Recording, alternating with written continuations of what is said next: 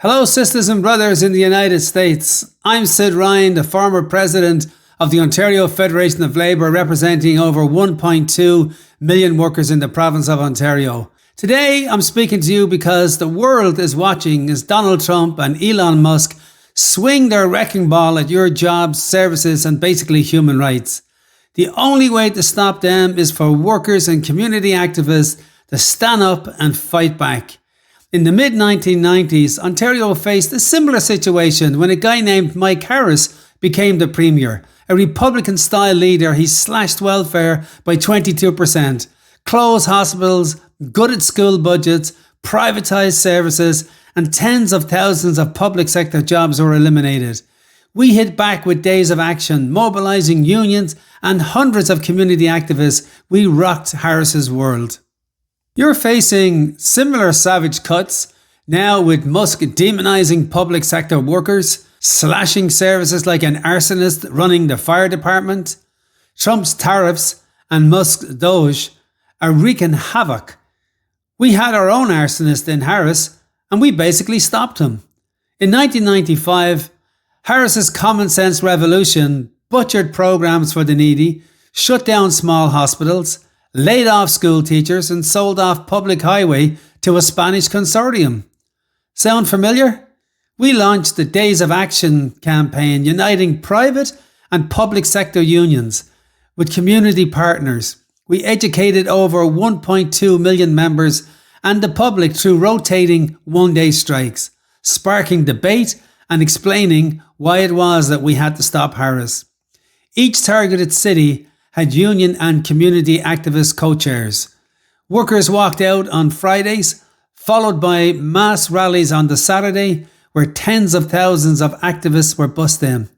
We hit 12 cities over several months, starting with London, Ontario, in minus 25 degree frigid weather. City halls, schools, factories shut down. 30,000 people rallied the following day after the one-day strike. The one-day strike was an important element of the campaign because we knew it would be controversial, but we needed something to be able to spark debate both within the media and with our own membership. We needed to explain to our members why it was that we were walking them off the job. And in the course of doing that, we basically educated them as to what Harris was doing right across the political spectrum. So it was an important tool, albeit controversial, but it garnered tons of media, galvanized the labour movement, brought in our community partners, and we had one hell of a community organising campaign together with the labour movement, probably one of its kind in the history of Canada. Hamilton, a working class blue collar city, was next on the list for the one-day strike. It saw 100,000 people come out for the rally on the Saturday. We were working our way across Ontario, where we shut down 10 or 12 more cities, building momentum towards Toronto, Canada's largest city. On the day of the one-day strike, everything was shut down. Toronto was a ghost town, and we had 400,000 people fill the streets for the Saturday rally. Harris felt the pain, and he immediately cut back on the worst elements of his agenda. Now, it's your turn. Trump and Musk are slashing jobs, public services, social security, USAID, treasury payments, all while Musk brands federal workers as basically criminals. This isn't efficiency, it's a power grab. They won't stop without a fight. Here's what I would suggest as a blueprint. Pick a city, preferably a blue-collar city like Detroit. Assign some co-chairs, but make sure the co-chairs are community activists and local union leaders. Develop flyers in multiple languages. Organise a one-day walkout. I know it's controversial, but at least try it. You'll be surprised how your members will respond rather than sitting back and taking all this crap from Musk and from Trump. You'll be surprised how people might want to fight back. So this is how I would certainly begin, at least on the first effort. Make sure that your first city that you select is going to be a success. And, therefore pick a city that's got a good, strong union, something like the UAW in Michigan. They're pretty strong, and I dare say they would be more than willing to assist Talk to your fellow sisters and brothers across the river in Windsor, Ontario.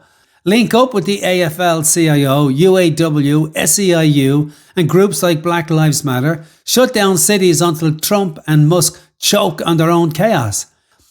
This will actually help build a momentum right across the United States towards the goal of a million-strong DC shutdown.